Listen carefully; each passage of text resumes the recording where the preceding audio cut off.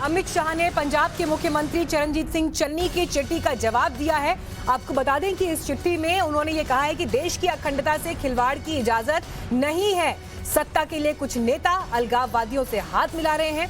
राजनीतिक दलों का अलगाववादियों से ये संपर्क गंभीर मामला है। और आपको इस चिट्ठी की तस्वीर भी इस वक्त आपको हम दिखा रहे हैं। टाइम्स नाउ भारत के पास ये खत मौजूद है। आपको हम याद दिला दें कि कुमार विश्वास ने एक स्टेटमेंट दिया था जिसमें उन्होंने दिल्ली के मुख्यमंत्री अरविंद केजरीवाल पर गंभीर आरोप लगाए थे कि सत्ता के लिए वो अलगाववादियों तक के संपर्क में है। और इसके बाद एक जबरदस्त सियासी तूफान इस पूरे मामले पर दिखाई दिया, जिसको लेकर डिनायल आम आदमी पार्टी की तरफ से आया।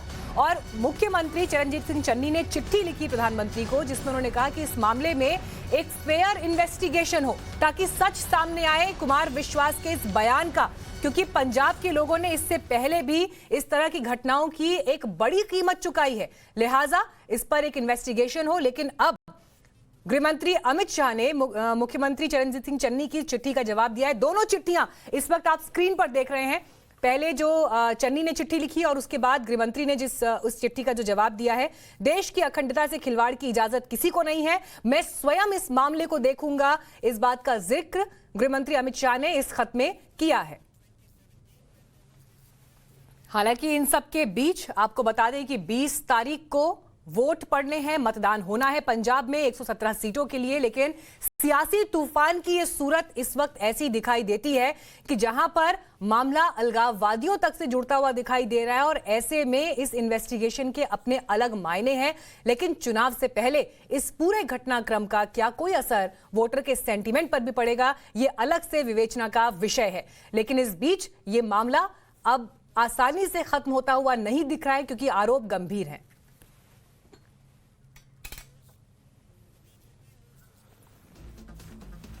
और इस वक्त हमारे साथ और जानकारी के साथ हमारे सहयोगी निकुंज गर्ग जुड़ गए हैं। निकुंज, देखिए ये चिट्ठी अब गृहमंत्री की तरफ से लिखी गई है, जो हम स्क्रीन पर भी इस वक्त अपने दर्शकों को दिखा रहे हैं। मोटी मोटी बातें जो इसमें निकलकर सामने आई, देश की अखंडता से खिलवाड़ नहीं हो सकता और मैं स्वयं इस मामले को देखूंगा, इसका जिक्र गृहमंत्री कर रहे हैं। लेकिन आपकी समझ अभी क्या कहती है? वोटिंग 2 दिन बाद है, ये मामला अब कहां तक जाएगा? आप काफी ट्रिकी सवाल पूछा है आपने। आमतौर पे ये इस तरह का सवाल का जवाब पॉलिटिशियंस दे सकते हैं, बट मैं आपको एक बात बता सकता हूं कि as somebody who has seen internal security for a very long time, मैं आपको बता सकता हूं कि ये गंभीर मसले हैं। और मुख्यमंत्री का चिट्ठी लिखना, गृहमंत्री का उसका जवाब देना, अपने आप में उसमें राजनीति हो सकती है। लेकिन इन मसलों के पीछे की जो असलियत है वो उसको हल्के तौर पे नहीं लिया जा सकता। किसी के किसी से संबंध हैं, कोई किसी से उनको अपीजमेंट में लगा हुआ है, उनसे वोट लेने के लिए, इस तरह के राजनीतिक एलिगेशंस हमेशा लगते रहते हैं और वो राजनीति का एक हिस्सा शायद अब बन चुके हैं, फॉर्चुनेटली अनफॉर्चुनेटली। लेकिन बड़ी समस्या ये है कि ये एक ऐसे प्रदेश में हो रहा है। पंजाब एक ऐसा प्रदेश है जिसने इस देश में सबसे लंबे समय तक आतंकवाद को झेला है। लाखों लोगों की उसमें जान गई है। बड़ी मुश्किल से पाकिस्तान स्पॉन्सर्ड आतंकवाद पंजाब प्रदेश में, प्रोविंस में काबू में आया था और उसको किसी भी तरीके से बढ़ावा उकसावा देना वाकई ही में देश की एकता और अखंडता से खतरा है, जैसे कि गृहमंत्री ने कहा है। इसमें किसी के मन में कोई दो राय नहीं होनी चाहिए। चुनावों में लोगों के सेंटिमेंट पे इसका क्या असर पड़ेगा, लोग समझदार हैं, अपने आप समझते हैं, वो अपना निर्णय ले लेंगे। लेकिन उनके इस सब के अलग एक बात है, वो है राष्ट्र की एकता और अखंडता और लोगों की सुरक्षा, जिसकी जिम्मेदारी मुख्यमंत्री की है, गृहमंत्री की है और तमाम उन लोगों की है जो वहां अपनी सरकार स्टैब्लिश करना चाहते हैं। इसलिए मैं as an observer of internal security, और जैसे कि मैंने आपसे कहा कि मैंने 15 साल 20 साल से काम किया है, ये कहूंगा कि किसी भी तरीके से उसको हवा ना दें, ऐसी जिम्मेदारी हर पार्टिसिपेंट की है। और इस तरह के रेडिकल सेंटिमेंट को हवा देने वाले गुरपटवंत सिंह पन्नून जैसे आतंकवादी, जिस ऑर्गेनाइजेशन को भारत सरकार ने एसएफजे को बैन भी किया है, वो बैठे हुए हैं देश के बाहर और मौका ढूंढ रहे हैं। उनको ऐसा मौका कोई ना दिलाए, इसमें ही सबका हित शामिल है। जी निकुंज, आप हमारे साथ बने रहिए। लेकिन ये एक बड़ी खबर इस वक्त आ रही है, एक बार फिर अपने दर्शकों को बता दें कि अब तक इस मामले में क्या हुआ है।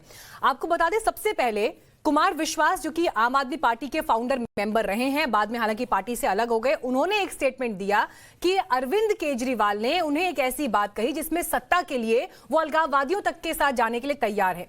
जैसे ही ये स्टेटमेंट आया, इस पर जबरदस्त सियासत शुरू हुई। रिएक्शन, जवाब आम आदमी पार्टी की तरफ से डिनायल के रूप में आया कि राज्यसभा की सीट नहीं मिली, तो इसलिए इस तरह से अपनी नाराजगी जो है ये अलग अलग रूपों में जाहिर कर रहे हैं। अरविंद केजरीवाल भी ये कहते हुए दिखाई दिए कि वो तो हास्य कवि हैं, इस तरह की बातें कह जाते हैं। इन सब के बीच देखिए पंजाब में क्या हुआ। मुख्यमंत्री चरणजीत सिंह चन्नी ने फौरन इस मामले पर चिट्ठी जो है आगे लिख दी, जिसमें उन्होंने कहा कि पंजाब के लोगों ने एक बड़ी कीमत चुकाई है इस तरह की घटनाओं की, जब ये अलगाववादी सेंटिमेंट्स की बात होती है। लिहाजा इस मामले में एक निष्पक्ष जांच हो। और आज वोटिंग से 2 दिन पहले गृह मंत्री अमित शाह का इसी चिट्ठी को लेकर जवाब आता है, जिसमें वो कहते हैं कि वो स्वयं इस मामले को देखेंगे। अब निकुंज देखिए, एक एक करके जब हम परत दर परत इस पूरे घटनाक्रम पर नजर डालते हैं तो हम ये पाते हैं कि कुमार विश्वास जो स्टेटमेंट देते हैं उसका जिक्र प्रधानमंत्री नरेंद्र मोदी भी अपनी एक रैली में टिप्पणी के रूप में चुनावी भाषण से करते हैं। गृह मंत्री इस पर चिट्ठी लिखते हैं। अरविंद केजरीवाल ये कह रहे हैं कि अगर मैं आतंकवादी हूं, अगर आपको लगता है मैं आतंकवादी हूं तो एक्शन लीजिए मेरे ऊपर, कौन रोक रहा है। और इन सब के बीच आज जब ये चिट्ठी सामने आ रही है जिसमें गृह मंत्री कह रहे हैं कि वो स्वयं इस मामले को देखेंगे, तो यहां से संकेत क्या मिल रहे हैं, कैसे इस मामले को आगे देखा जाएगा। कुमार विश्वास कह रहे हैं कि मेरे पास सबूत है, आइए किसी चैनल पर चर्चा कर लेते हैं, चौराहे पर चर्चा कर लेते हैं। बेहद गंभीर मामला है, संवेदनशील मामला है, ये सिर्फ एक सियासत का विषय ना बनकर रह जाए, इसके लिए आगे किस तरह के कदम हम देख सकते हैं, अभी तक की तस्वीर किस तरह की उभरती हुई दिखाई दे रही है। देखिए, ये आपने बिल्कुल ठीक बात कही है कि संवेदनशील मसला है और इसके जरिए सिर्फ इसके सिर से सिर्फ सियासत ही नहीं होनी चाहिए। और इसलिए अब चूंकि गृह मंत्री ने ये चिट्ठी लिखी है और चुनावों से 48 घंटे पहले, वोटिंग से 48 घंटे पहले लिखी है, तो इस बात की महत्ता तो उनसे भी छुपी नहीं होगी कि 48 घंटे पहले इस चिट्ठी को लिखने के मायने क्या हैं। तो अब ये जिम्मेदारी मुख्यमंत्री चन्नी और गृह मंत्री के बीच की है कि वो दोनों इसमें इंश्योर करें कि जिस तरह के चुनावी एलिगेशन लगे हैं उनकी जांच हो और जांच अंतिम सिरे तक पहुंचे, ताकि जो मुख्यमंत्री दिल्ली का कहना है उसका बात का भी दूध का दूध और पानी का पानी हो जाए। क्योंकि एक बात तय है मीनाक्षी, आज के ज़माने में कोई भी एलिगेशन लगा देना बहुत आसान काम है जी। और एलिगेशंस जो हैं वो बहुत, they have a life of their own, तो वो बहुत जल्दी सब तरफ ट्रैवल भी कर जाते हैं इससे पहले कि आदमी कुछ उसका जवाब भी दे पाए। बट अब ये कॉन्स्टिट्यूशनल अथॉरिटीज़ हैं, मुख्यमंत्री हैं एक स्टेट के, दूसरे स्टेट में बैठे हुए एक और मुख्यमंत्री हैं और तीसरे गृह मंत्री हैं इसके बीच में। तो ये तमाम लोग जब आप कूद गए हैं इसके बीच में, तो जिम्मेदारी सब पक्षों पर है कि वो कम से कम ये इंश्योर करें कि अगर इस बात के पीछे कोई सच्चाई है तो वो लोगों के सामने आए, और अगर नहीं है तो फिर इस मसले को दबा दिया जाए। जैसा कि मैंने कहा कि एंटी नेशनल फोर्सेस देश के बाहर गुरपटवंत सिंह पन्नून की फॉर्म में बहुत सारी बैठी हुई हैं जो लपकने को तैयार हैं इस तरह के किसी भी विवाद फसाद को, उनको हवा हम ना दें कम से कम। और देखिए, कहावत भी है, बात निकली है तो दूर तक जाएगी, लेकिन अगर अब ये बात दूर तक जाती है तो कम से कम एक समाधान की तरफ ये बात जरूर दिखाई देनी चाहिए। क्योंकि यहां पर जिस बात का जिक्र देखिए निकुंज भी कर रहे थे, 2 मुख्यमंत्रियों के नाम आ रहे हैं, गृह मंत्री यहां पर इस मामले में इन्वॉल्व अब दिखाई दे रहे हैं, और पंजाब के लोगों का ये मसला है, पंजाबियत का ये मसला है, उस राज्य के लोगों के सेंटिमेंट्स का ये मसला है। लिहाजा इसका एक सही समाधान जो है वो जरूर होता हुआ दिखाई दे, सिर्फ ये मामला सियासत में फंसता हुआ ना दिखाई दे जाए। बहुत बहुत शुक्रिया निकुंज आपका इस जानकारी के लिए।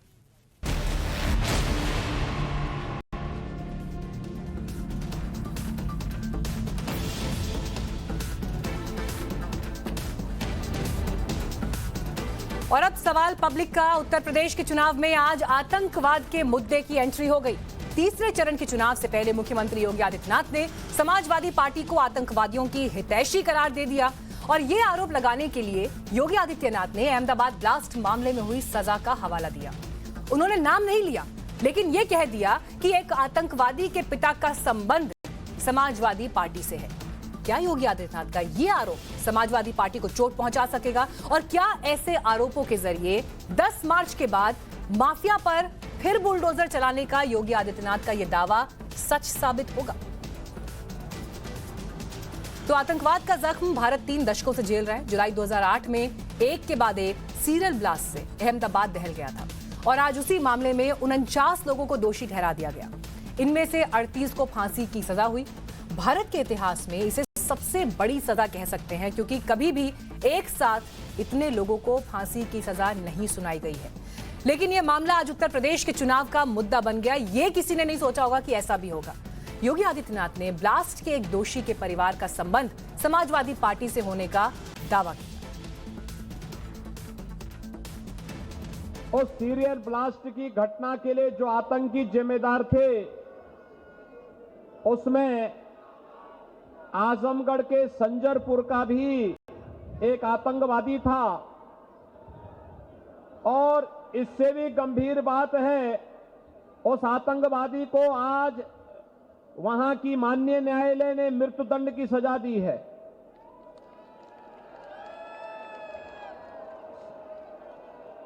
उस आतंकवादी के पिता का संबंध,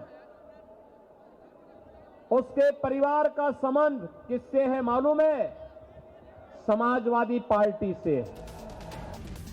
योगी आदित्यनाथ का आरोप गंभीर है। वो किसकी बात कर रहे हैं ये उन्होंने साफ नहीं किया, लेकिन अहमदाबाद ब्लास्ट के बाद अगस्त 2008 में समाजवादी पार्टी के नेता अबू आजमी मुफ्ती अबू बशर के आजमगढ़ वाले घर गए थे। आज अबू बशर को फांसी की सजा सुनाई गई है। मुफ्ती अबू बशर की तस्वीर भी आपको हम दिखा रहे हैं। आतंकवाद के मुद्दे पर बीजेपी हमेशा से आक्रामक रही और इसीलिए अहमदाबाद ब्लास्ट को लेकर योगी आदित्यनाथ का बयान चुनाव के नजरिए से बड़ा है। योगी आदित्यनाथ आतंकवाद के साथ साथ अपराध के खिलाफ जीरो टॉलरेंस वाली छवि पेश कर रहे हैं। इस कार्यकाल में माफिया के खिलाफ बुलडोजर वाली कार्रवाई को वो चुनाव में जोर शोर से उठा रहे हैं।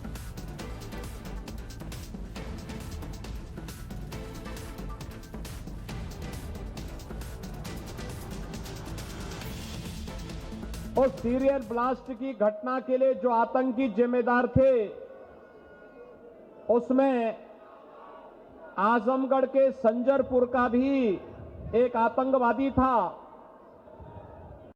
और इससे भी गंभीर बात है, उस आतंकवादी को आज वहां की माननीय न्यायालय ने मृत्युदंड की सजा दी है।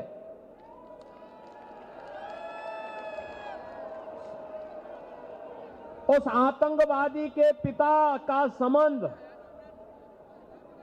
उसके परिवार का संबंध किससे है मालूम है? समाजवादी पार्टी से। समाजवादी पार्टी के वरिष्ठ नेता मुझसे कहे कि अब चुनाव के दौरान तो बुलडोजर नहीं चलेगा। मैंने कहा चिंता मत करो,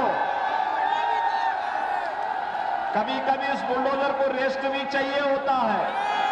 तो चुनाव के दौरान मैंने पूरे प्रदेश के बुलडोजर को मरम्मत के लिए भेजा हुआ है।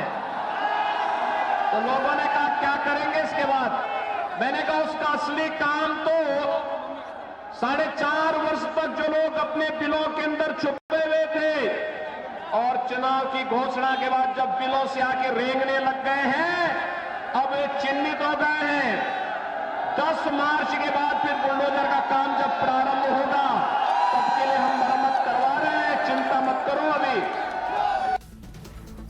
बीजेपी जब अखिलेश को घेर रही है तो अखिलेश की सीट करहल पर भी जोर लगा रही है। आज योगी आदित्यनाथ ने करहल में बीजेपी उम्मीदवार एसपी सिंह बघेल के समर्थन में रैली की और दावा किया कि अखिलेश को करहल में हार का डर सताने लगा है। कल करहल में अमित शाह ने चुनाव प्रचार किया था। उन्होंने यूपी में 300 सीटों वाली बीजेपी सरकार बनाने के लिए करहल के लोगों से जीत दिलाने की अपील की थी। कल ही करहल में मुलायम सिंह यादव ने इस चुनाव में पहली बार प्रचार किया था।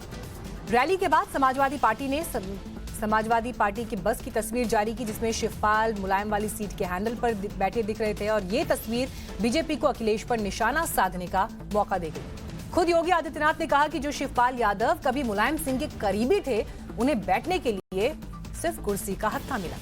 हालांकि तस्वीर में अखिलेश खुद कुर्सी के हैंडल पर बैठे हुए नजर आ रहे हैं। खुद शिवपाल ने ट्वीट करके कहा है कि समाजवादी एकता की प्रतीक तस्वीर आने के बाद बीजेपी की बौखलाहट बढ़ गई है। तो उधर अखिलेश ने भी बीजेपी नेताओं पर परिवार वाला प्रहार किया। ये जो आ रहे हैं परिवारवादी कहने वाले लोग, ये जो परिवारवादी कह रहे हैं कि घोर परिवारवादी हैं, याद रखना आप लोग, जिसका परिवार होता है वो ही परिवार वालों का दुख दर्द समझ सकता है। ये भारतीय जनता पार्टी के नेता जो राज कर रहे हैं, इनके कोई परिवार नहीं है। अब नारा लगाओ जो नारा लगा रहे थे तुम, ये नारा समय से पहले लगा दिया तुमने। बताओ, एक परिवार वाला ही महसूस कर सकता है अपना दायित्व, अपनी जिम्मेदारी। और एक परिवार वाला ही समझता है कि महंगाई क्या है। तो नेताओं के बयान आपने देख लिए, रैलियों की झलकियां आपने देख ली, कौन से मुद्दे हावी हैं चुनाव प्रचार में उनका भी जिक्र हो आया। तो इसीलिए आज सवाल पब्लिक का में जो मुख्य सवाल हम उठा रहे हैं, डिबेट जिस पर होगी, आतंकवाद के मुद्दे की एंट्री से उत्तर प्रदेश के चुनाव में कितना असर पड़ेगा। दूसरा बड़ा सवाल, चुनाव में एक दूसरे पर परिवार को लेकर आखिर निजी प्रहारों का ये सिलसिला क्यों जारी है। तीसरा बड़ा सवाल, उत्तर प्रदेश में आरोप प्रत्यारोप से हिट एंड रन का क्या चुनावी दांव खेला जा रहा है। चौथा सवाल, इन सब के बीच विकास का मुद्दा कहां है। विकास का मुद्दा पीछे क्योंकि नेताओं में विश्वास का संकट है। और इन्हीं चारों सवालों पर बात करने के लिए हमारे साथ जो खास मेहमान इस वक्त जुड़ गए हैं उनका परिचय आपसे करवा दें। बीजेपी से शहजाद पूनावाला हमारे साथ आ गए हैं, समाजवादी पार्टी से अभिषेक सोम हमारे साथ जुड़ गए हैं, हमारे साथ सीनियर जर्नलिस्ट आशुतोष जी भी आ गए हैं, शांतनु गुप्ता राजनीतिक विश्लेषक के तौर पर हमारे साथ मौजूद हैं, और बीएसपी से सांसद मलुक नागर जी हमारे साथ इस बातचीत में जुड़ गए हैं। शुरुआत में यहां पर शहजाद पूनावाला आपके साथ करने वाली हूं। तीसरे चरण का चुनाव 48 घंटे बाकी, लेकिन उससे पहले आखिर ऐसी क्या जरूरत आन पड़ी कि मुख्यमंत्री योगी आदित्यनाथ आतंकवाद से नाता याद दिला रहे हैं लोगों को समाजवादी पार्टी का। क्या जरूरत है ऐसे बयान की?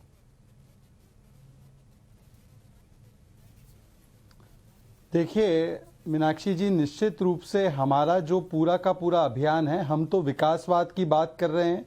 हम तो बता रहे हैं कि किस प्रकार से आज जल से नल की बात हो तो बुंदेलखंड में किस प्रकार से 18 लाख घरों तक हमने नल से जल पहुंचाया है, किस प्रकार से वहां पर अमर सहायक प्रोजेक्ट को शुरू किया है, किस प्रकार से कानपुर में मेट्रो दौड़ रही है, पूरे प्रदेश में किसानों के लिए कितना काम किया है। परंतु जब बात करते हैं विकास की, तो क्या विकास बिना कानून व्यवस्था के संभव हो सकता है?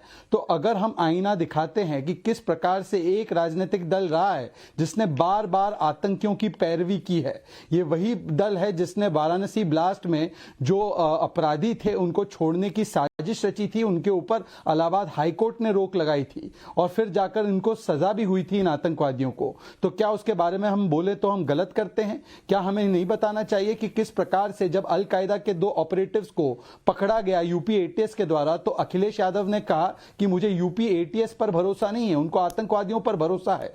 तो क्या अगर राज्य की सुरक्षा को लेकर, राज्य की कानून व्यवस्था को लेकर अगर हम बात रखते हैं, और ये बात हकीकत है, जो आज अहमदाबाद ब्लास्ट में कन्विक्ट हुए हैं उनमें से एक व्यक्ति का जो परिवार है वो समाजवादी पार्टी से लिंक रखता है। तो अगर हमने ये बात बताई है कि इस प्रकार से, और अबू आजमी भी जाकर आतंकियों की पैरवी करने गए हैं। ठीक है शहजाद जी, तो बस एक सवाल मैं आपसे सिर्फ जरूर पूछना चाहूंगी, मुझे ये बात समझनी है, समाजवादी पार्टी को बताना चाहिए। शहजाद जी, एक बात मुझे आपसे समझनी है, देश की अदालत फैसला देती है आतंकवाद जैसे एक मसले पर, उस फैसले में फांसी की सजा सुनाई जाती है, 13 साल लंबा यह मामला चलता है। क्या इस मामले की संवेदनशीलता को, जिन लोगों ने आतंकवाद का दंश झेला है, जिस राज्य ने आतंकवाद का दंश झेला है, क्या हम उसकी संवेदनशीलता और उसकी गंभीरता को समझते हैं? और क्या ऐसे मामलों को हम चुनावी प्रचार में इस्तेमाल करने से नहीं बच सकते, खासतौर पर तब जबकि बोलने वाले नेता राज्य के मुख्यमंत्री हैं? बहुत अच्छा सवाल है आपका। अगर हम बताएं कि किस प्रकार से आज अहमदाबाद ब्लास्ट में जब मुख्यमंत्री थे नरेंद्र मोदी जी और गृह मंत्री थे अमित शाह जी, उनकी वजह से आज जिस प्रकार से एसआईटी बनी और उसकी जांच हुई और आज ज्यादा से ज्यादा लोगों को कन्विक्ट किया गया, और एक तरफ ये ऐसे लोग हैं जो आतंकियों की पैरवी करते हैं, तो क्या ये बताना गलत है कि आज ऐसी सरकार है उत्तर प्रदेश में भी जो आतंकियों की पैरवी नहीं करती, जो आतंकियों को संरक्षण नहीं देती? हम तो ये बताने की वही कोशिश कर रहे थे कि आतंकियों को अगर संरक्षण दिया जाता, अगर ये मान लिया जाता कि क्योंकि उसका परिवार समाजवादी से है, हो सकता है कि उनकी कन्विक्शन ही नहीं होती, अभिषेक सोम, उनकी सीधी दलील ये है कि अगर ये कनेक्शन बता दिया तो गलत क्या किया? तो जरूरी है बताना, सीधी दलील है, अगर ये कनेक्शन बता दिया तो गलत क्या किया? क्या अबू आजमी नहीं गए थे मिलने के लिए? देखिए मीनाक्षी जी, अगर किसी का पुत्र अगर गलत कार्य में संलिप्त है और वो दोषी करार दे दिया गया है, तो जरूरी नहीं है उसका परिवार का हर सदस्य उसकी मानसिकता का समर्थन करता हो। ये बहुत गलत है और मुझे लगता है कि तो टेनी जी का इस्तीफा क्यों मांगते हो? माहौल है तो टेनी जी का इस्तीफा क्यों मांगते हो? शहजाद जी, भैया मेरी बात पूरी होने दीजिए। ये देखिए मीनाक्षी जी, आज तो समाजवादी पार्टी को कान पकड़कर माफी मांगनी चाहिए, कान पकड़कर माफी मांगनी चाहिए। आतंकियों के परिवार का संरक्षण करेंगे, परंतु ये रोज टेनी जी का इस्तीफा मांगते थे, ये मांगते थे कि नहीं मांगते थे? अब समाजवादी पार्टी कहती है अभिषेक सोम जी, आतंकी का बाप अभिषेक सोम जी, उसमें क्या बड़ी ठीक है, जवाब सुनते हैं, शहजाद जवाब सुनते हैं। अभिषेक सोम जी, सवाल आपसे ये है, अभिषेक सोम जी, सवाल आपसे ये है, आप ये कह रहे हैं कि आतंकवादी नहीं परिवार से मिलने गए, क्या परिवार से मिलने नहीं जा सकते? तो क्या अबू आजमी हर किसी के परिवार से मिलने जाते हैं? ऐसी हर घटना पे सबके परिवार से मिलने जाते हैं? पहला सवाल ये। और दूसरी बात, आप ही की दलील पर जो क्रॉस क्वेश्चन शहजाद यहां पर कर रहे हैं कि अगर इसी दलील को आधार माना जाए तो फिर आप अजय मिश्रा टेनी का इस्तीफा क्यों मांगते फिर रहे हैं? देखिए, हम तो कहेंगे जो लखीमपुर खीरी कांड में हुआ उसकी सर्वोच्च न्यायालय अपनी निगरानी में उसकी जांच कराए, बढ़िया रहेगा। कौन दोषी थे, हो सकता है, हम तो नहीं कह रहे हैं, हम तो कहते हैं हो ही रही है, इस्तीफा रोज क्यों मांगते हैं? उसमें शामिल थे, कितने लोग हो सकते हैं? हो सकता है भारतीय जनता पार्टी के बड़े बड़े नेता भी उस षड्यंत्र में शामिल हो। किसानों को जो कुचलने का प्रयास इन्होंने किया है, उत्तर प्रदेश की जनता जानती है, और ये ध्रुवीकरण करने का भारतीय जनता पार्टी का एक प्रयास है। इसलिए उत्तर प्रदेश के नहीं, लेकिन इस बात से क्या इनकार कर सकते हैं कि आपके नेता मिलने गए थे? मामला चल रहा था, मामला अदालत में था, उसके बावजूद आपके नेता मिलने गए थे, क्या आप इस बात से इनकार कर सकते हैं? अब उस बात को वो आज प्रचार में बोल रहे हैं, तो आप किस मुंह से उन्हें रोकेंगे? मीनाक्षी जी, अगर वो मिलने गए थे तो वो एक जांच का विषय था, जब तक वो दोषी करार नहीं किए हुए थे। अब वो दोषी हैं, ठीक है, अगर उन्होंने कोई गलत कार्य किया है तो उनको सजा मिल रही है, इसमें क्या कर सकते हैं? जरूरी नहीं है उनके परिवार वालों को भी वही सजा मिले या उसी हीन भावना से उनके परिवार के हर सदस्य को देखा जाए। पर जो लखीमपुर में जो कांड हुआ है, किसानों को कुचलने का जो प्रयास किया गया है, के लिए किस प्रकार से समाजवादी मलुक नागर जी, मलुक नागर जी, मुझे ये बताइए, आतंकवाद जैसे संगीन मसले की जब बात हो रही है और अगर आज उस मामले को मुख्यमंत्री एक प्रचार के दौरान कह देते हैं और आरोप सीधे लगाते हैं समाजवादी पार्टी पर और बीएसपी भी उन आरोपों से अछूती नहीं है, तो किस मुंह से आज आप उनका विरोध करेंगे? आपके नेता भी मिलने चले गए थे।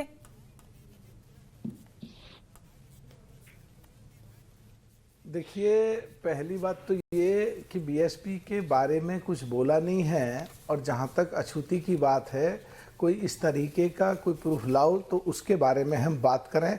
और जहाँ तक बात है मुख्यमंत्री जी के ये कहने का, तो हर किसी को अधिकार है, अगर देश के खिलाफ कोई भी ऐसी घटना घटती है तो उस बारे में चर्चा ज़रूर होनी चाहिए।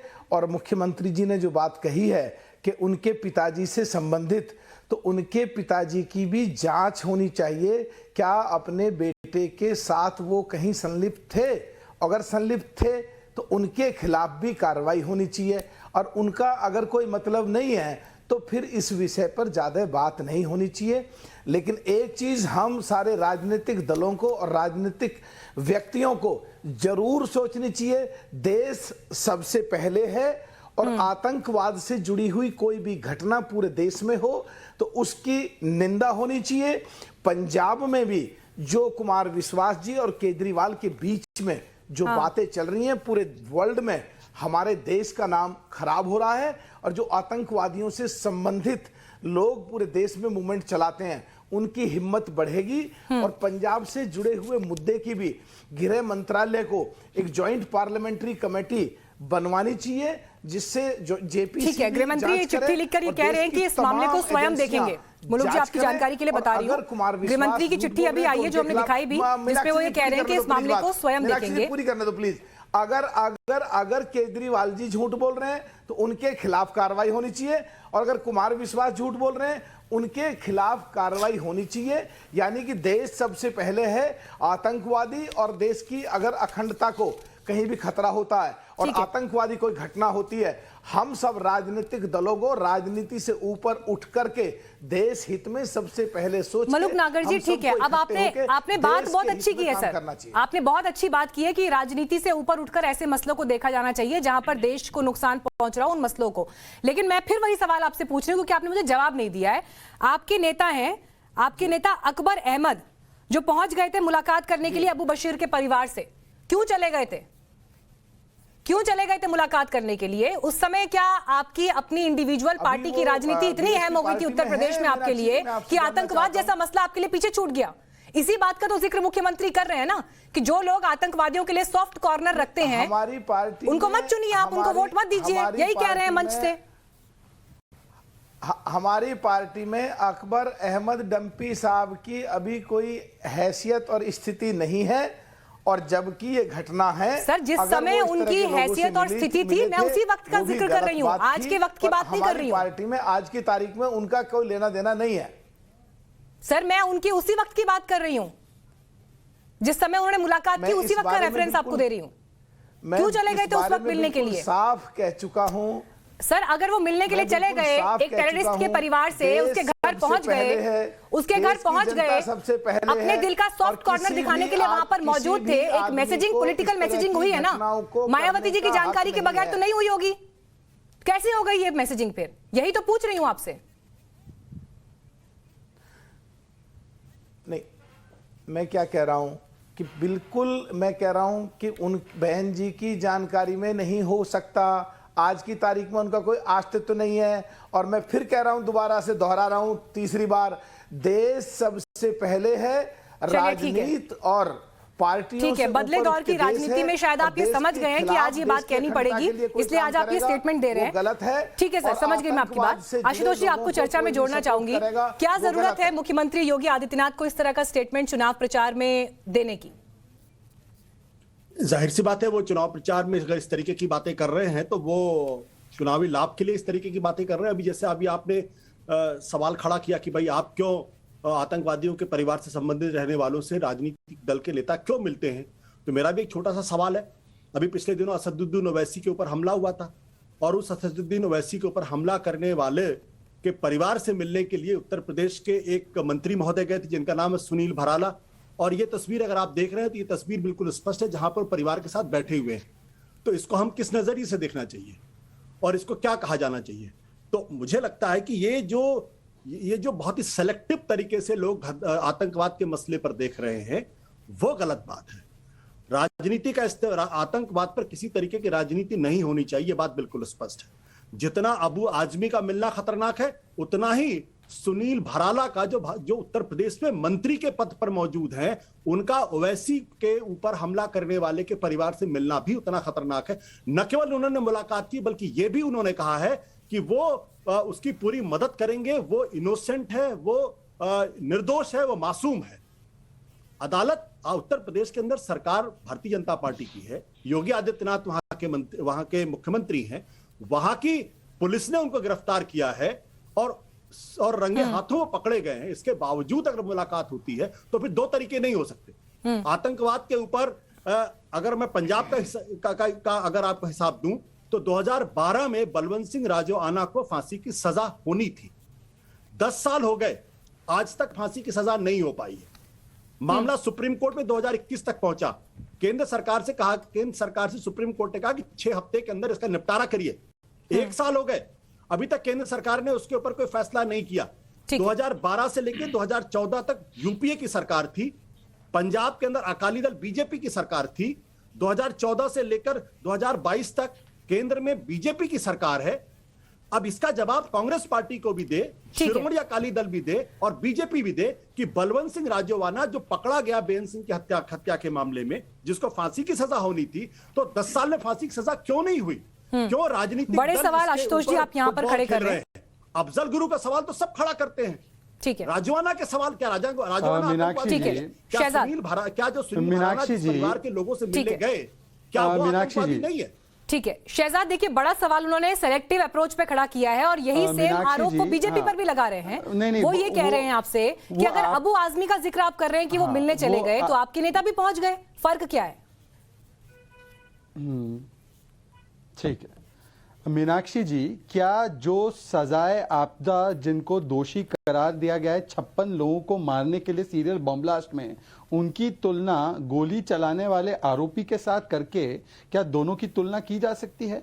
एक है जो पैरवी अफजल गुरु, याकूब मेमन जैसे आतंकियों को, जिसको सुप्रीम कोर्ट ने सजा दी है या जिसको कोर्ट ने सजा दी थी, उसको छुड़वाने की कोशिश वाराणसी ब्लास्ट के आतंकियों को करने की कोशिश की जाती है, जिस पर रोक इलाहाबाद हाईकोर्ट लगाता है। और एक है जो आरोपी है गोली चलाने के ओवैसी पर, जिसकी हम सख्त निंदा करते हैं, जिसका हम खंडन करते हैं, उसका समर्थन नहीं करते, और किसी को कोई आरोपी से भी इस प्रकार से नहीं मिलना चाहिए। परंतु दोनों की तुलना करना, अगर मीनाक्षी जी आपको लगता है कि ये सही तुलना है तो मैं आपको कुछ नहीं कह सकता, परंतु आशुतोष जी मुझे लगता है कि अभी भी जो चश्मा उन्होंने पहले भी डाल रखा था और आज भी डाले रखे हैं, वो उसी चश्मे से उसको देख रहे हैं। मुझे लगता है वो 56 लोग जिनकी जाने गई है, जिनके परिवार इतने आज संतुष्ट महसूस कर रहे होंगे। ठीक है शहजाद, आपकी बात का जवाब देना चाह रहे हैं आशुतोष जी, बोलिए, फिर मैं शांतनु जी के पास जाऊंगी। बोलिए। मैं अपना एक पॉइंट कहना चाहता हूं। देखिए एक सेकंड शहजाद, मैं लौटूंगी आपके पास, इस पॉइंट पे जवाब क्लियर हो जाए एक बार।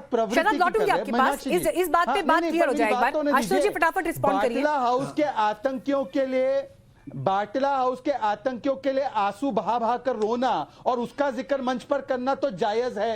ये आतंकियों के लिए पैरवी करना और कहना कि अफजल हम शर्मिंदा है, तेरे कातिल जिंदा है, ये तो जायज है। आशुतोष जी जवाब दीजिए, फिर मैं शांतनु जी के पास जाऊंगी। ठीक है शहजाद, मैंने आपका पॉइंट ले लिया है और ऐसे नहीं होने चाहिए तो हम सांप्रदायिक हो जाते हैं। दो चीजें हैं। पहली बात, मुझे लगता है कि ये बात भूल गए हैं कि झारखंड के अंदर मॉब लिंचिंग के आरोपी को आजीवन कारावास वहां की अदालत ने दी। केंद्र सरकार के एक मंत्री बाकायदा यहां से उड़कर वहां गए, उन्होंने उनको मिठाई खिलाई और साथ ही साथ उनके गले में माला डाली। तो कन्विक्शन के बाद का यह हाल है। मैं तो इतनी सी बात कह रहा हूं कि जिस बलवंत सिंह राजवाना आरोपी बाहर आया तो उसको माला पिलाने वाले डीएमके के एमएलए के बारे में एक शब्द आशुतोष के मुंह से कभी नहीं निकला और ना निकलेगा। गलत बात। जब ठीक है शहजाद, एक बार उनका पॉइंट ले लेते हैं, फिर मैं आपके पास आऊंगी। मैंने आपको आरोपी को ठीक है शहजाद, एक सेकंड प्लीज, आपसे रिक्वेस्ट है शहजाद, प्लीज एक सेकंड रुक जाइए, उनकी बात कंप्लीट हो जाए फिर आपके पास आऊंगी। शांतनु जी भी वेट कर रहे हैं, प्लीज आशुतोष जी कंप्लीट करिए। कि बलवंत सिंह राजवाना जो पकड़ा गया था बेअंत सिंह की हत्या के आरोप में, जिसको अदालत ने फांसी की सजा दी और जिसके पक्ष में अकाली दल खड़ी रही, उस सरकार में भारतीय जनता पार्टी शामिल थी। 12-10 साल हो गए, आज तक बलवंत सिंह राजवाना के मसले पर केंद्र सरकार यह तय नहीं कर पाई है कि उसको फांसी होनी चाहिए या फांसी नहीं होनी चाहिए। तो सवाल यह कि धर्म देख करके आप ये तय करेंगे कौन आतंकवादी नहीं है। ये केंद्र अगर अफजल गुरु आतंकवादी है तो बलवंत सिंह राजवाना भी वैसा ही आतंकवादी। लेकिन आशुतोष जी फैसला तो देश की अदालत दे रही है ना, उनकी निंदा होनी। लेकिन आशुतोष जी आप जो सवाल खड़ा कर रहे हैं, फैसला तो देश की अदालत दे रही है ना सर। आशुतोष जी फैसला तो देश की अदालत दे रही है ना। मीनाक्षी, मैंने कहा कि बलवंत सिंह राजवाना गुरु को क्यों लटकाया, अफजल गुरु को क्यों आपने फांसी पे लटका दिया, ये उनकी असली समस्या है। याकूब मेमन को क्यों सजा हुई, ये उनकी असली समस्या है। एक सेकंड शहजाद, नहीं शहजाद एक सेकंड, मैंने उनसे पूछा है ना सवाल, वो कंप्लीट करने में आऊंगी आपके पास शहजाद, मैं आपके पास आऊंगी शहजाद, प्लीज एक एक करके करने के लिए नहीं हूं। शहजाद की बातों में मैं टोकता नहीं, इसलिए मुझे भी ना टोके। नहीं कोई किसी को नहीं टोकेगा सर, कंप्लीट करिए। क्या बलवंत सिंह राजवाना छोटा आतंकवादी और अफजल गुरु बड़ा आतंकवादी, दोनों ही आतंकवादी हैं? तो बीजेपी सरकार का, अकाली दल का, कांग्रेस पार्टियों का रुख एक जैसा क्यों है? और मैं मान सकता हूं कि अकाली दल का रुख जैसा, तो आप तो सरकार में शामिल थे, आप केंद्र सरकार, नरेंद्र मोदी की सरकार है, आतंकवाद, राष्ट्रीय सुरक्षा के मसले, मुद्दे खड़े करती है। तो बलवंत सिंह राजवाना को अभी तक सरकार ने फैसला क्यों नहीं किया? और सुप्रीम कोर्ट के कहने के बाद भी फैसला नहीं किया आपने अभी तक? क्यों 10 साल लगते हैं किसी आतंकवादी को फांसी की सजा देने में? ठीक है सर, आपका पॉइंट ले लिया मैंने। शहजाद जी मैं इस बात में एक बात और जोड़ रही हूं, ठीक है शहजाद जी, एक बात और जोड़ रही हूं, कलेक्टिव जवाब दीजिएगा।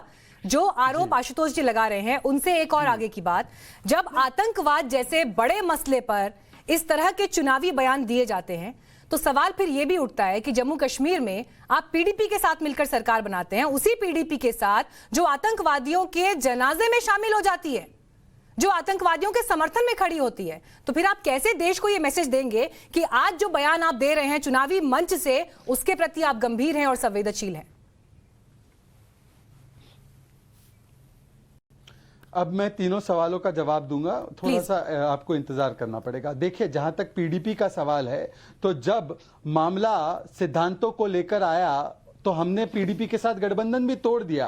पर मैं आज सवाल पूछना चाहता हूं कि जिन लोगों ने याकूब मेमन, अफजल गुरु और शर्जील इमाम की पैरवी की, वो आज भी कांग्रेस पार्टी में है। जो लोग आतंकियों की पैरवी करने समाजवादी पार्टी से जाते हैं, वो आज भी समाजवादी पार्टी के भीतर है। उनको निकालने के बदले आज भी समाजवादी पार्टी और कांग्रेस पार्टी उनको सिर पर बैठा कर रखती है। जिन लोगों ने पुलवामा पर, भारत पर सवाल उठाया, जिन लोगों ने 26/11 की साजिश का दोष पाकिस्तान पर नहीं बल्कि भारत पर डाला, उनको हटाने के लिए एक भी बार आशुतोष जी बात नहीं करते। चलिए छोड़ दीजिए, आशुतोष जी की मजबूरी होगी।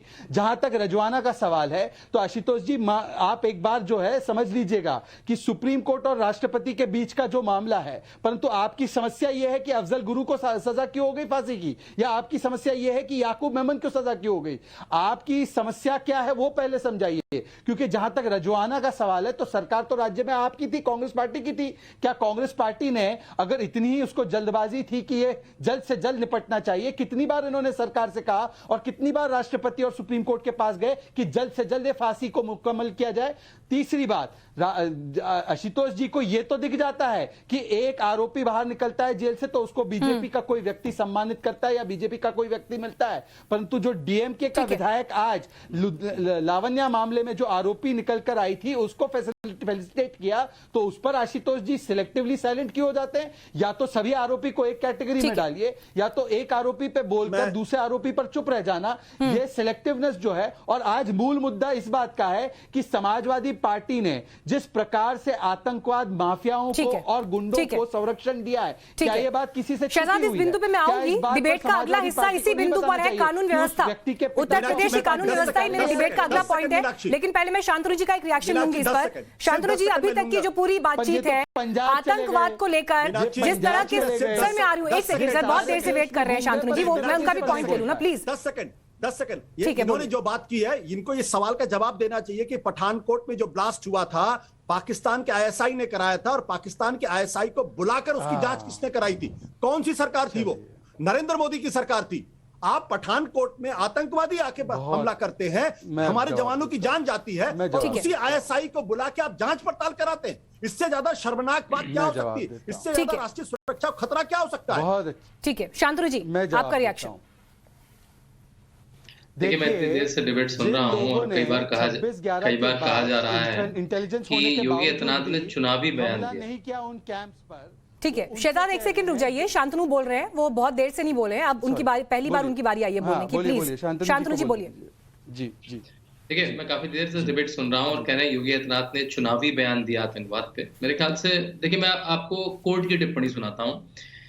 ये बात है, अगर आप 2012 का मैनिफेस्टो देखेंगे समाजवादी पार्टी का, मैनिफेस्टो में लिखा था कि जो मुस्लिम बेचारे युवा आतंकवाद में गलती से फंस गए हैं उनको हम छोड़ देंगे, ये उनके मैनिफेस्टो में लिखा था।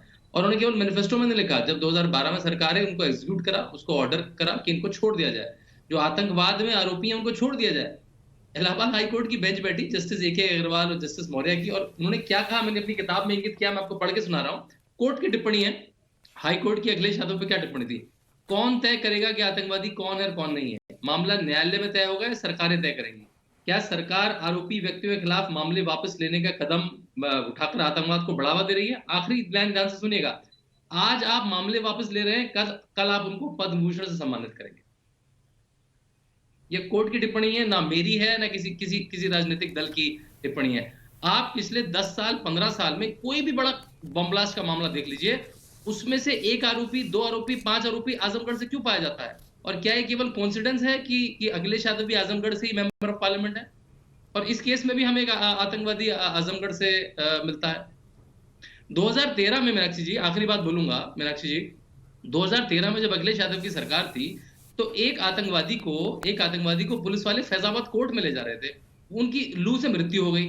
अखिलेश यादव ने सारे पुलिस वालों पे FIR कर दी। उसमें अभी आप विक्रम सिंह जी को देखते होंगे, विक्रम सिंह जो हमारी डिबेटों में आते हैं, वो भी थे, उस समय DGP थे। DG ब्रिजलाल जी जो उसमें राज्यसभा सांसद, उन पे FIR कर दी, पर कोर्ट ने खारिज करी। अगर इसको आप आतंकवाद का साथ देना नहीं कहेंगे तो किसको कहेंगे?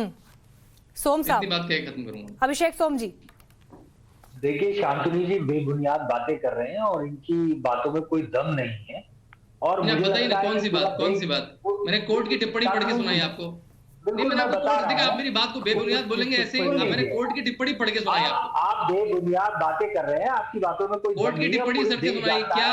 नहीं, देखिए ये गलत है, देखिए ये गलत है। क्या जस्टिस आर के अग्रवाल, जस्टिस RS मौर्य ने ये कहा था है कि भारत की सरकार ने, मैंने आपको कोर्ट की टिप्पणी को ठीक है, एक सेकंड अभिषेक सोम जी पॉइंट पर जवाब दीजिएगा प्लीज, मेरी आपसे रिक्वेस्ट है सर। अभिषेक सोम जी पॉइंट पर जवाब दीजिए। वो आपको कोर्ट की टिप्पणी पढ़कर सुना रहे हैं, उसे आप शामिल करिए। 2-3 बिंदु मैं आपके लिए पढ़ रही हूं। अक्टूबर 2012 में आपको लेकर जा रही हूं। उत्तर प्रदेश सरकार उस वक्त इस पक्ष में थी कि सिमी पर से बैन हटा दिया जाए। स्टेट के जो स्वास्थ्य मंत्री थे अहमद हसन, उन्होंने ये कहा था कि सरकार बड़ी खुश होगी अगर जो है सिमी पर से बैन लिफ्ट कर लिया जाए। मुलायम सिंह यादव ने ये स्टेटमेंट दिया है साल 2008 का, जो मैं आपको बता रही हूं कि Mulayam Singh Yadav said when the SP was in power in Uttar Pradesh, it had not imposed any ban on SIMI. If SIMI is banned, then RSS should also be. There is no need to impose a ban on SIMI. RSS और SIMI तक से तुलना कर रहे हैं। देखिए, जब कोई, मैं तो कहूंगा सिमी के बारे में भी कहूंगा वो गलत है, आतंकवादी संगठन है, कार्रवाई होनी चाहिए और इस तरह के ऑर्गेनाइजेशन पे आप मुलायम सिंह यादव की, अरे अपने नेता मुलायम सिंह यादव के अगेंस्ट में बोल रहे हैं, ये तो बड़ी टिप्पणी है। नहीं, बड़ी टिप्पणी है ये अपने नेता। अभिषेक सोम जी, मैंने जो आपके लिए बिंदु पढ़े 2008 और 2012 से, वो बिंदु मैंने आपके लिए इसलिए पढ़े ताकि मैं आपको ये बात कन्वे कर सकूं, जो जिस बात का जिक्र बार बार हो रहा है कि अगर मुख्यमंत्री योगी आदित्यनाथ मंच से ये कहते हैं कि जिनके आतंकवादियों से संबंध है अगर वो सत्ता में लौटेंगे तो प्रदेश की जनता का नुकसान होगा, तो उनके पास ये पूरा इतिहास से आपके बारे में गिनाने के लिए, समाजवादी पार्टी में गिनाने के लिए, आप कैसे जनता को कन्विंस करेंगे कि जनता सुरक्षित है? आतंकवाद को अगर हम साइड करें उससे सुरक्षित है, कैसे कन्विंस करेंगे? मीनाक्षी जी, पूरा देश जानता है कि मंदसौर में किसानों की निर्मम हत्या कर दी जाती है और जो हमारे सैनिकों पर पत्थर मारते हैं उनके मुकदमे वापस लिए जाते हैं। और सबूत कौन दे सकता है? तो राष्ट्रीय सुरक्षा के लिए खतरा कौन है? ये पूरे देश की जनता जानती है। पीडीपी के साथ गठबंधन। देखिए अभिषेक जी, देखिए फिर वही बात है ना, आप मंदसौर का जिक्र लेकर आएंगे, फिर वो कहेंगे कि आपने राम भक्तों पर गोली चलवाई है, फिर बार बार यही होगा ना। आप उनका गलत दिखाएंगे, वो आपका गलत दिखाएंगे। मैं आपसे ये पूछ रही हूँ, आप प्रदेश की जनता को आज कैसे आश्वस्त करेंगे कि आतंकवादियों के साथ आपके नेता नहीं खड़े होंगे? कैसे आश्वस्त करेंगे? देखिए, समाजवादी पार्टी किसी भी आतंकवादी और इस तरह के, हम राष्ट्रवादी लोग और हम लोग विकास चाहते हैं, हम तोड़ने की बात नहीं करते हैं। ये कब राष्ट्रवादी हुए? 2017 के बाद धर्म का एजेंडा चलाकर भारतीय जनता पार्टी तोड़ की राजनीति करती है। आप नरसिम्हानंद सरस्वती के बयान सुनिए, कहते हैं बच्चों को, कहते हैं हथियार रखिए, घर वापसी करा देंगे, धर्मांतरण करा देंगे। इस तरह के बयान जो है वो मुझे लगता है कि देश में तनाव पैदा करते हैं। पहले भारतीय जनता पार्टी अपने गिरेबान में झांके और फिर चलिए, मैं अब अगले बिंदु की तरफ आना चाहूंगी बातचीत के, और ये है कानून व्यवस्था को लेकर, क्योंकि इसका जिक्र बार बार आ रहा है। तीसरे चरण के मतदान के लिए अब 48 घंटे का वक्त बाकी है, लेकिन बीजेपी की कैंपेनिंग स्टाइल में पिछले कुछ दिनों से हम देख रहे हैं कि लगातार कानून व्यवस्था पर अखिलेश यादव और उनकी सरकार, जो उनका पिछला टेन्योर रहा है शासनकाल, उसे घेरा जा रहा है। और कुछ आंकड़े मैं इस वक्त अपने जो व्यूअर्स हैं उनके सामने रखना चाहूंगी।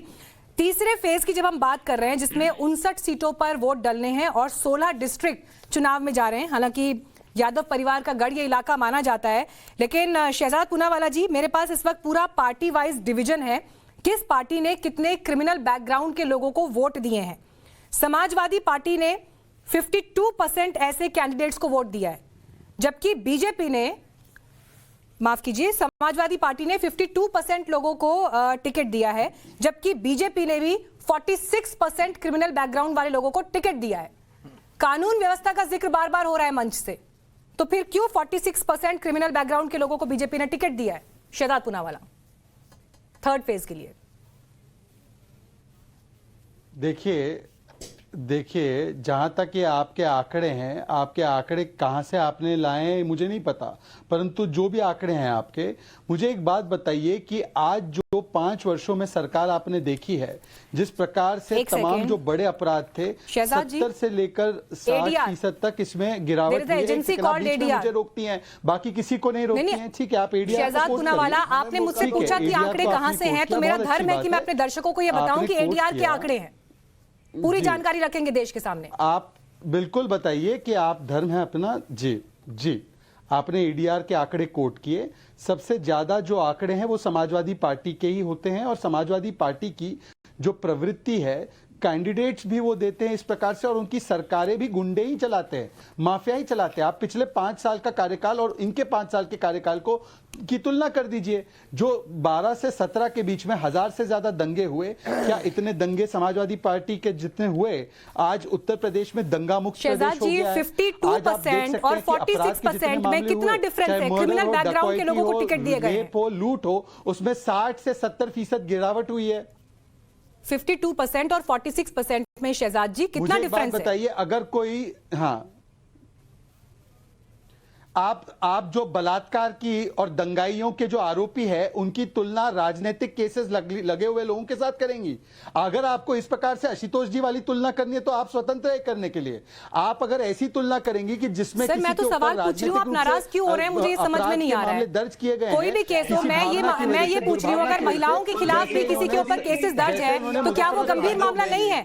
अब ये कैटेगरी भी आप तय करेंगे कि दंगा वाला मामला ज्यादा गंभीर है या महिलाओं के प्रति वाला मामला ज्यादा गंभीर है? कोई भी आपराधिक मामला है ना सर? आप बता दीजिए।